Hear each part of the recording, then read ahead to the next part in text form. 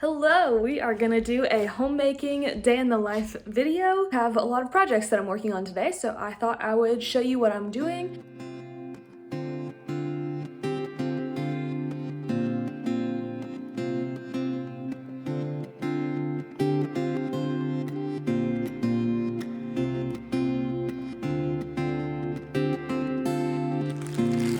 That is all done, and it will be frozen.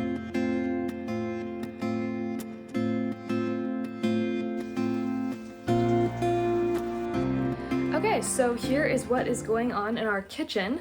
We've got pasta sauce going from the tomatoes from our garden. Our garden is starting to slow down, but we're still getting lots of tomatoes. And then last night, I did 2 crock pots of the chicken feet bone broth. Scott emptied that and put them all in our jars. We'll freeze those.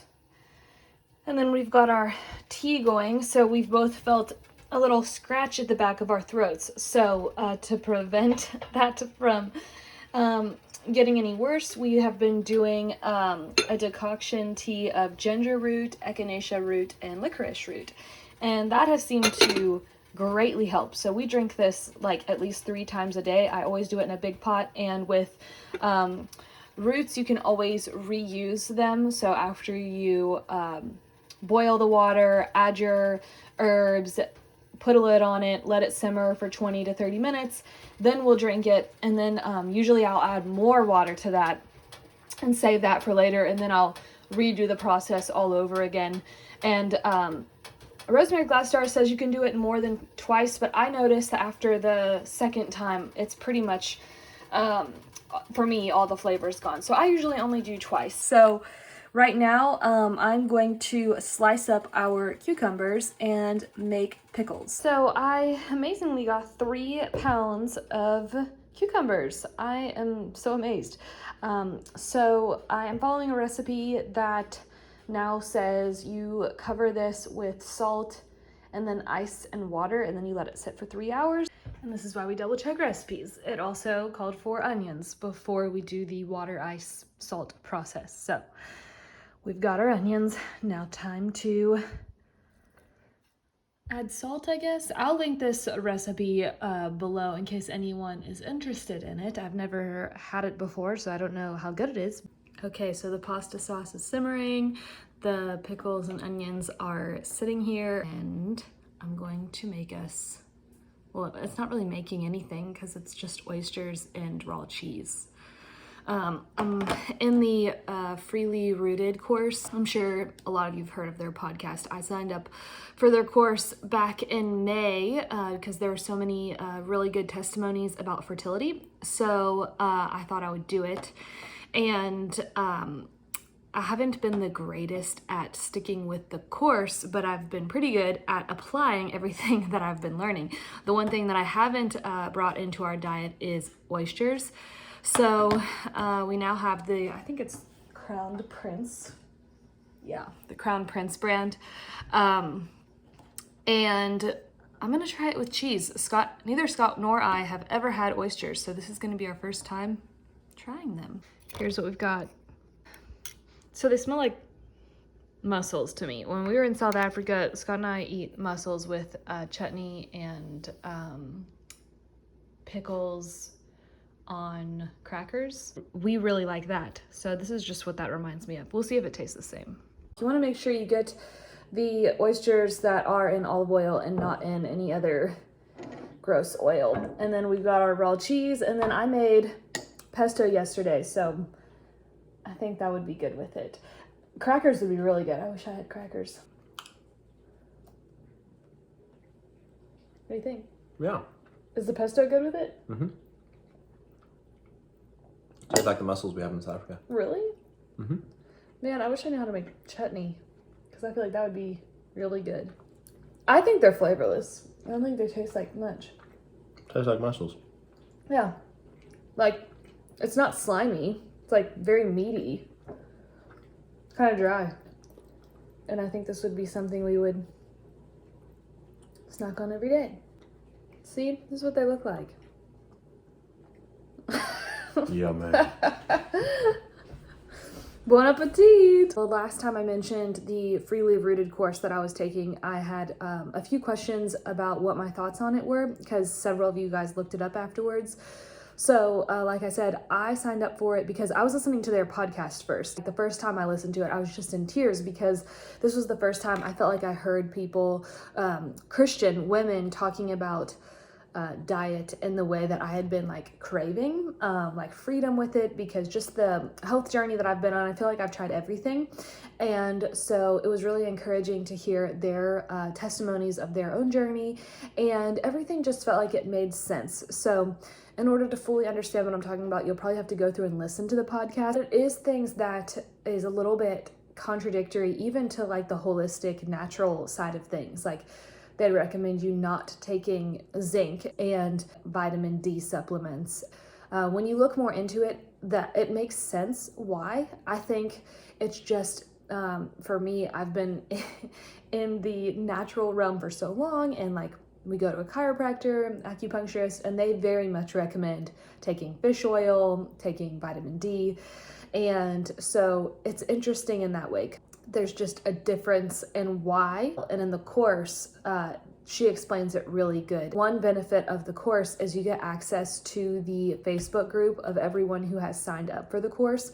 And that for me has been a wealth of information. Other girls sharing companies where you can buy stuff from, even down to like organic bedding. So I needed a new pillow, and so I got a pillow from one of the recommendations from the girls that shared a post about it, Savvy Rest, and I love it. And actually, the pillow, they overstuff it. It's so big that we're gonna buy organic fabric and make Scott a pillow out of the excess, because the way that the company works is they, you can choose if you want it. This is like another tangent, but I think it's interesting. So you can choose if you want latex, wool, a combination.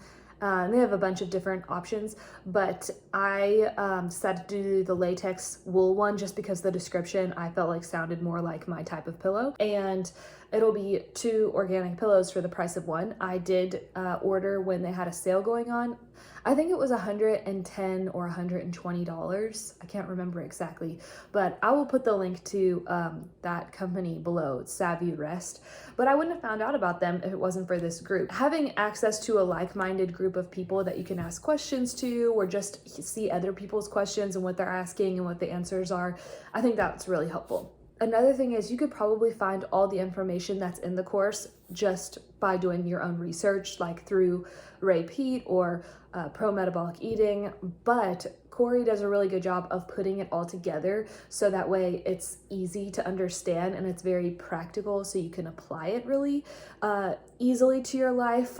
So it's very user-friendly, and she makes it very simple. So that's all I'm going to say about this, just because some of you ask, and I think it's interesting, but I would start with the podcast. If you haven't listened to the podcast yet, I highly recommend it. We've got the ground beef, and I had some carrots from our garden that I pulled yesterday, so I just figured I would add those in. And what else is in there? Oh, banana peppers, and then some onion, and then that's the pasta sauce that I made earlier today, and some bone broth that I also made that didn't fit into the jars, so I just added what was left to the pasta sauce. Then I have leek from our garden, which I will add to this, but I don't want to add it too soon because our spaghetti squash still has like 25 minutes left in the oven. And then the rice is beautifully cooked.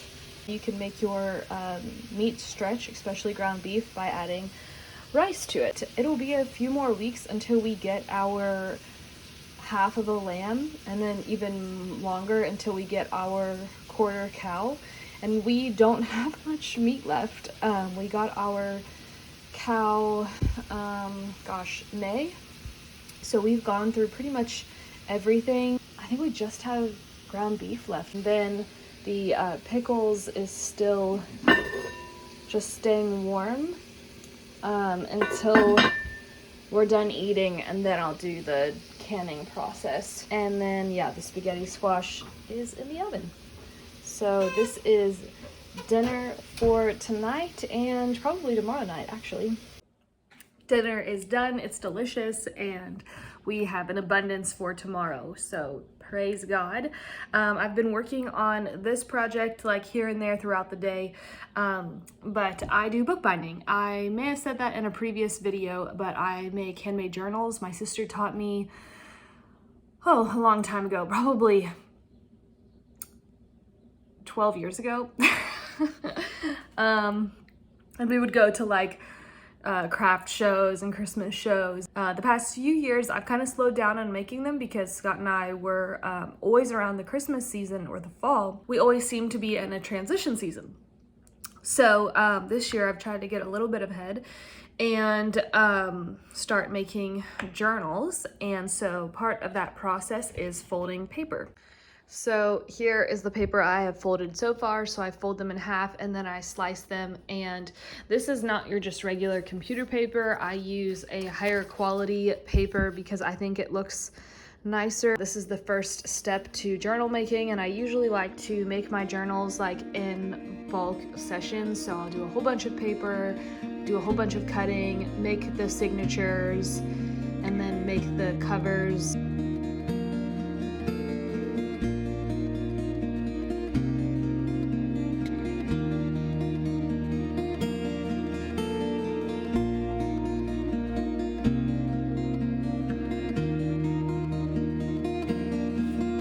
Good morning. It is now the next day, and I am just working on journal making this morning. I didn't get as much done as I had hoped last night. Other things came up that needed to get done, but as you can see, what I was just doing is working on the signatures. So for bookbinding, a signature is one of these sections. After I folded the paper, I cut each sheet by hand. You cannot bulk cut them. You have to cut them individually. I'm looking because there's a spider on this chair. Okay, so now I punch the holes in it with my little awl, and yeah, so these are all pages that are ready, or signatures that are ready to be sewed.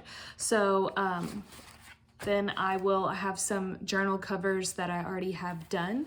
Right now, I've just been making fabric journal covers. In the past, I did my own art and made custom covers, and I love doing that. It takes a lot of time.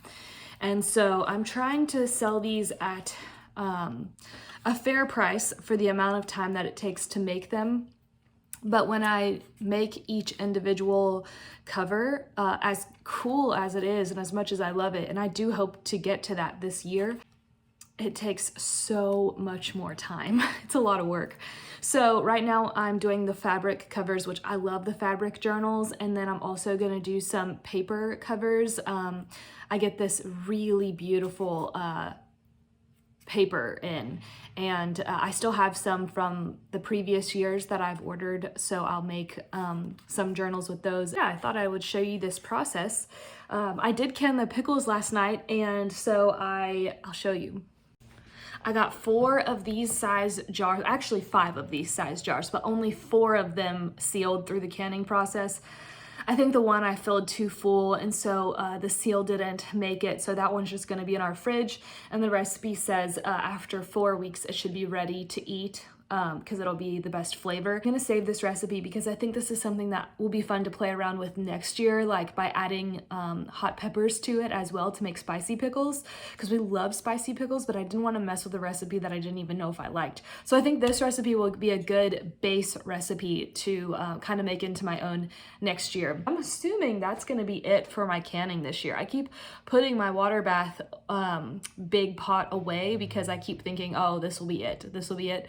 But I do think the pickles will probably be it, because everything else in the garden is pretty much just tomatoes and potatoes. And the tomatoes, it's not enough to do a huge batch of canning. So usually whatever I make, I end up using that week. And we do have an abundance of herbs. I still feel like I'm going out all the time and cutting herbs. Our basil is still doing amazing. So I am so grateful for that.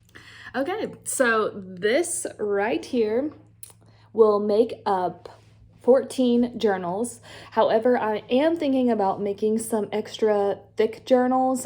So for people like myself that go through journals fairly quickly, I like to make some journals with more signatures. So normally I'll put 6 signatures in a journal, and I feel like that's a really good size journal, and most people like that size, especially for carrying around or keeping in your bag or if you're traveling. But sometimes I do like to make journals with 8 signatures. I have made 12 signature journals. I actually should go upstairs. That's where all my journals are, and I'll show you some of my really thick ones, and I love the way they feel. They feel super hardy and dense. I love it. So these are ready. I just need to put the holes in them. You can see from this group what the spacing will be. So that's like 3 and 3. But I also change the way the binding looks sometimes. So I think for some of these, instead of doing a 3 on either side, I think I'm gonna do 5 holes and just do a binding that's just, you know, even 5 holes down. But it is beautiful and sunny out, and so I'm gonna go spend some time working outside to get that vitamin D. So I stored our sunflower seeds or sunflower heads in the garage. Look at this. And the mice got them. We have so many more. They're in the garage. It's a mess. All the little things are on the ground. This was one of them, but these are the good ones. The rest of them are pretty much empty. Tried to bring them in so the birds wouldn't get them, and the mice got them. I'd rather the birds get them than the mice. Okay, here's what we've got so far.